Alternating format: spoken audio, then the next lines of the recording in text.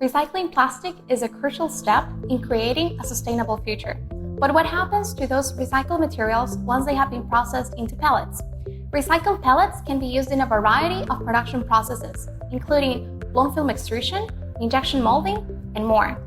Blown film extruders, for example, use recycled pellets to produce films for applications such as commercial bags, mail envelopes, garbage bags, stretch film, and others. Injection molding machines can use recycled pellets to produce a wide range of products, from toys to automotive parts. By using recycled pellets in your production process, manufacturers can reduce waste, save energy, material costs, and create products with a smaller carbon footprint.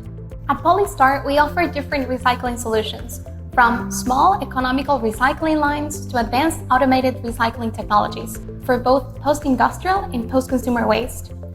For more information on how you can use recycled pellets in your production process, visit our website or contact us today.